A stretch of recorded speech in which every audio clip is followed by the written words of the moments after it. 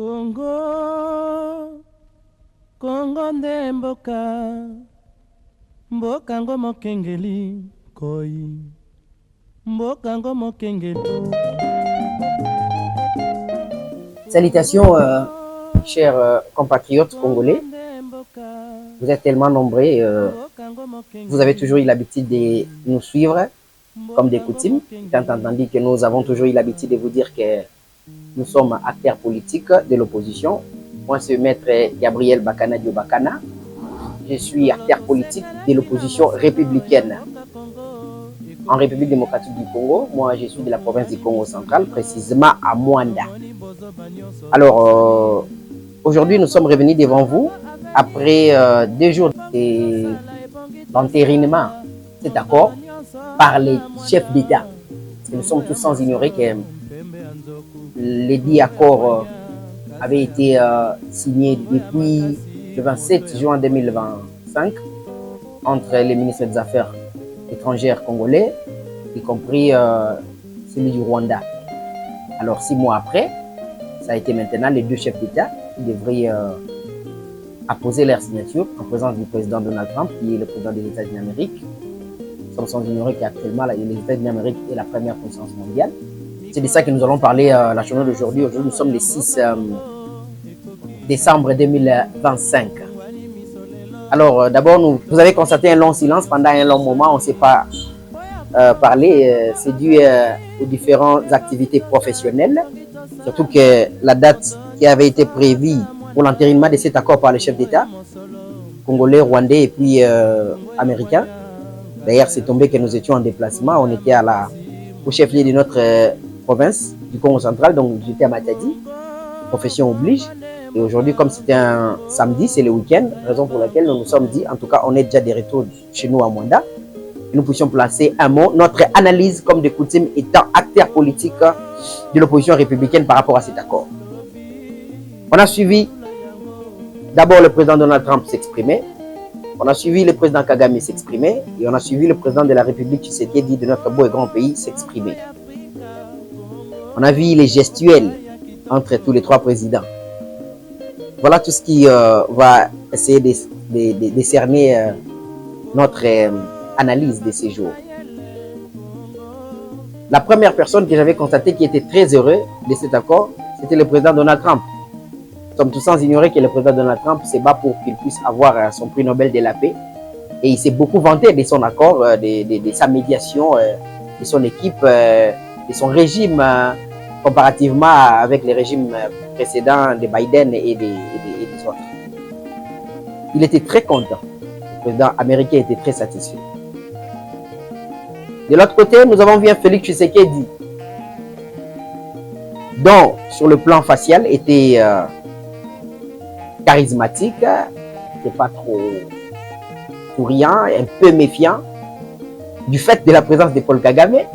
Ça, c'est ce que nous devons en déduire. Le président Tshisekedi, à l'intérieur de lui, je sais que c'était une satisfaction, il était très content sur le plan interne. Mais sur le plan externe, il n'a pas voulu faire voir sa joie immense. Et puis, nous avons vu un Paul Kagame qui était mécontent.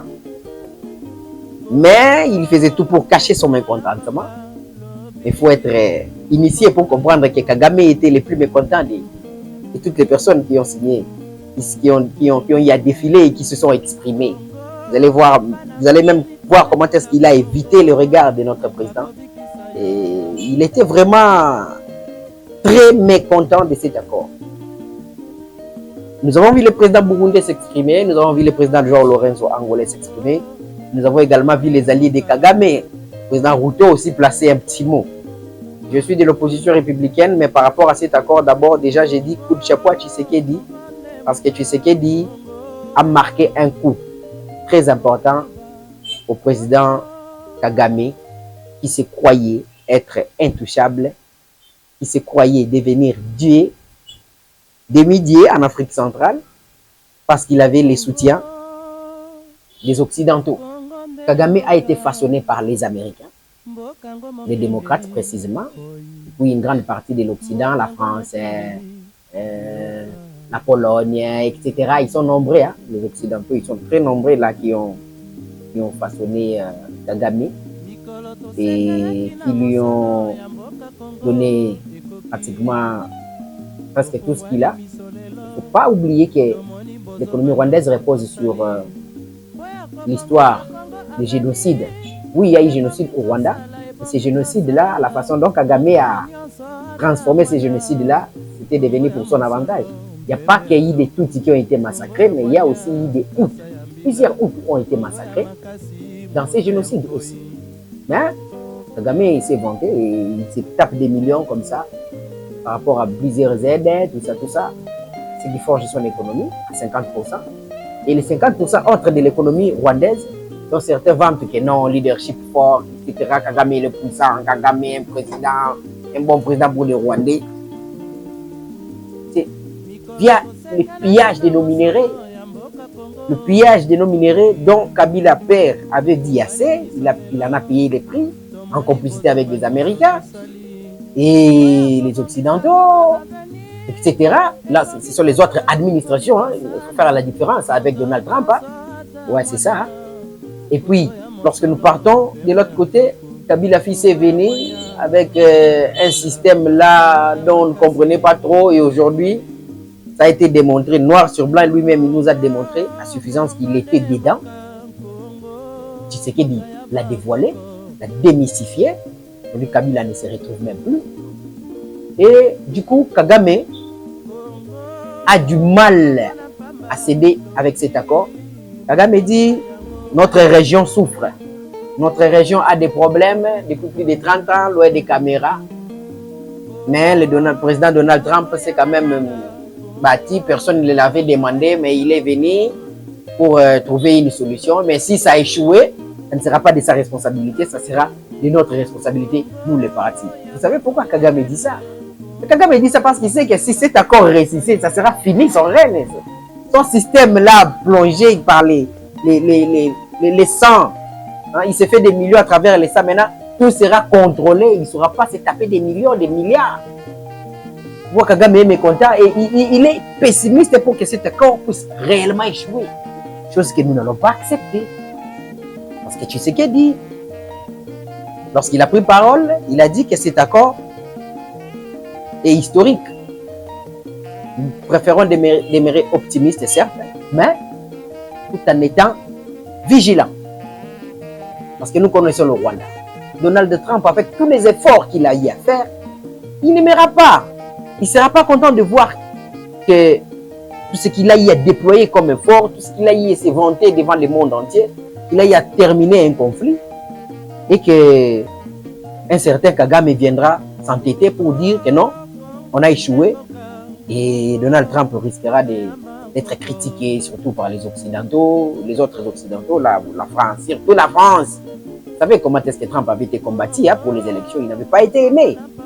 Pour lui, c'est d'abord les États-Unis d'Amérique. Les autres là, ils aiment sucer les miels et les laits, la force des États-Unis d'Amérique pour se greffer derrière les États-Unis d'Amérique. C'est pourquoi ils avaient vu avec le système de Donald Trump qui était trop renfermé sur soi-même. Pourquoi ils n'ont jamais voulu Donald Trump. Alors, nous allons être vigilants par rapport à cet accord. Parce que quand il dit l'accord va échouer, si ça échoue, ça sera notre faute. Pourquoi Kagame doit être pessimiste? Pourquoi tu dois être pessimiste? Non, l'accord ne peut pas échouer. Nous devons aller de l'avant, l'accord doit évoluer.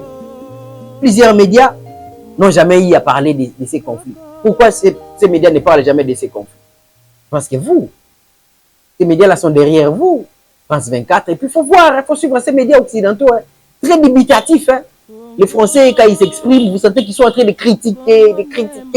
Donc, ils sont trop pessimistes pour eux que rien ne puisse marcher. Que le Congo puisse rester à l'état où il se trouve pour qu'ils continuent à se taper des millions derrière les morts des Congolais. Mais non, après tout, soyons quand même humains, non? À cause des intérêts égoïstes, vous devez commencer à aimer comme ça que les gens s'entretuent pour que vous puissiez vous faire des millions. Non. C'est pas bien comme ça. Alors, en ce moment-là, du côté de la RDC, nous avons constaté que pour plusieurs Congolais, surtout ceux du régime, ils se disent que c'est une victoire. Oui, c'est une victoire pour Tshisekedi. Nous confirmons que c'est une victoire, mais j'ai dit que c'est une victoire en partie. Moi, je dis que c'est une victoire en partie. Pourquoi? Parce que Conté, parce que j'ai suivi aussi, hein, j'ai aussi suivi la ministre des Affaires étrangères avec le gouverneur de la Banque centrale, Patrick Mouyaya, quand on posait des questions. Avant aussi, j'avais suivi Tina Salama et puis Patrick Mouyaya. Vous sentez que lorsqu'on on pose des questions concernant le comportement qu'elle devrait avoir la République démocratique du Congo au cas où le Rwanda ne respectait pas ses accords, vous sentez qu'ils sont un tout petit peu dubitatifs, hésitants. On ne peut pas tous compter sur les États-Unis d'Amérique. Les États-Unis, certes, ils ont tout fait, ils ont donné le meilleur des, mais ils viennent pour le business. Et si les bruits des armes continuent, à un moment, ils peuvent se lasser. Ils peuvent s'en lasser, puis ils se disent, bon, ces Africains ne veulent pas de la paix, je m'emballe les couilles, et puis bon, j'ai plus de bagages, je m'en vais. C'est là où j'interpelle le gouvernement actuel et le président de la République, que notre armée est la seule force qui peut mettre fin définitivement à cette aventure. D'abord, ce que je n'aime pas, lorsqu'on parlait de la région, ces conflits dans notre région. Non, ce n'est pas le conflit de la région. Il n'y a pas de morts au Rwanda, il n'y a pas de morts au Burundi, plutôt en Ouganda, il n'y a pas de morts au Burundi, ni en Angola, moins encore en République centrafricaine. République centrafrique, pardon.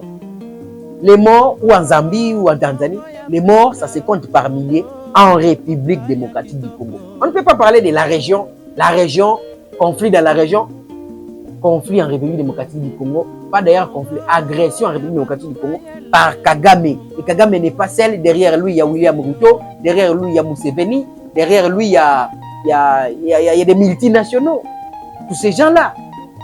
Alors, c'est les FARDC.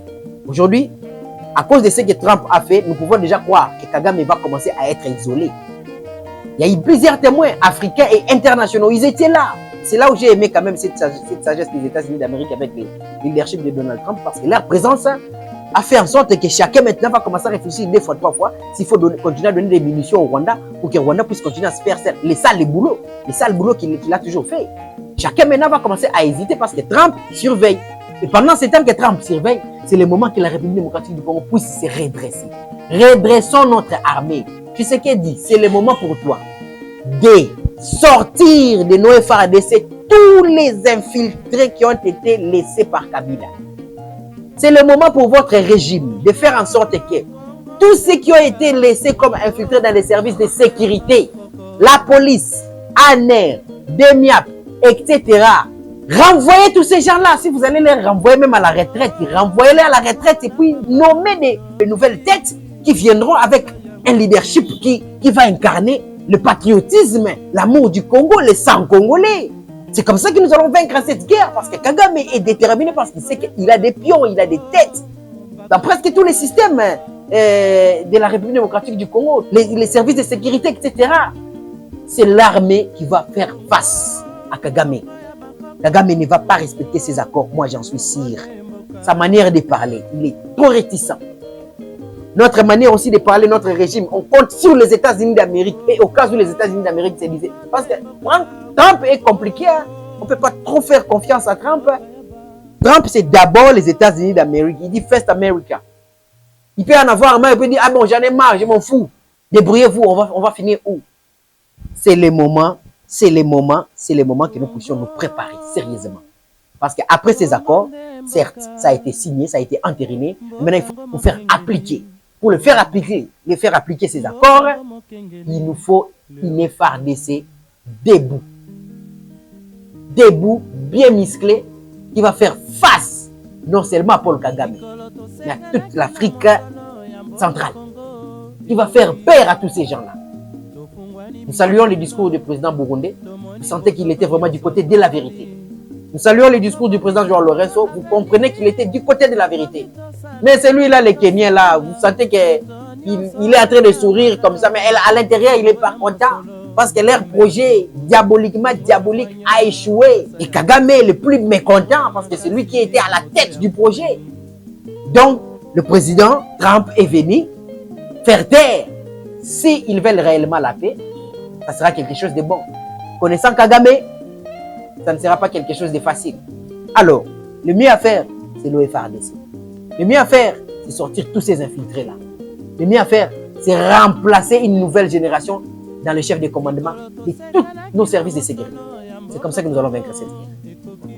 Un dernier conseil à Monsieur le Président de la République Tshisekedi. Oui, nous te jetons des fleurs par rapport à ces combats que tu es en train de mener contre l'axe du mal. C'est un combat contre la République démocratique du Congo, c'est vrai. Ce n'est pas ton combat à toi, ce n'est pas le combat de Tshisekedi, mais c'est le combat de la République. Ça, nous le connaissons. Nous avons perdu des chefs d'État à cause de ces combats. Mais un conseil pour vous, après que vous ayez gagné Kagame, évitez, cherchez à vous éterniser au pouvoir. Ça sera une erreur fatale que vous allez commettre si par impossible, parce que nous savons que tout autour de vous, il y a certains conseillers qui peuvent venir. Non, monsieur le président, l'opposition est à péter, c'est le moment de rester, comme on vous appelle, les autres disent roi soleil. Tout ça, ça n'a rien à voir. Restez, la Constitution a dit quoi? Sénateur à vie. Et je vous dis que vous sortirez par la grande porte et vous allez devenir, monsieur le président de la République, un dieu pour les Congolais. Surtout pour les Congolais de l'Est.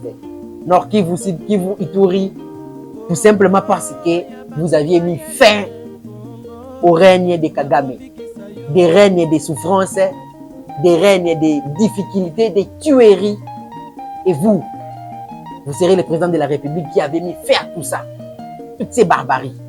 Alors, terminez votre mandat, allez-y vous reposer, laissez que notre président de la République qui viendra, peut-être avec celui-là, on pourra voir certains articles de la Constitution qui pourront peut-être être révisés, toucher un tout petit peu, pas les changements de la Constitution, mais pas du changement. Toute une autre Constitution, venez, non.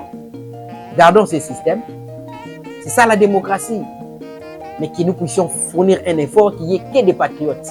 Raison pour laquelle certains articles, certains postes doivent être verrouillés. C'est pourquoi je dis, mais laissez ça à un autre président qui viendra, parce que nous, Congolais, nous ne sommes pas dupes.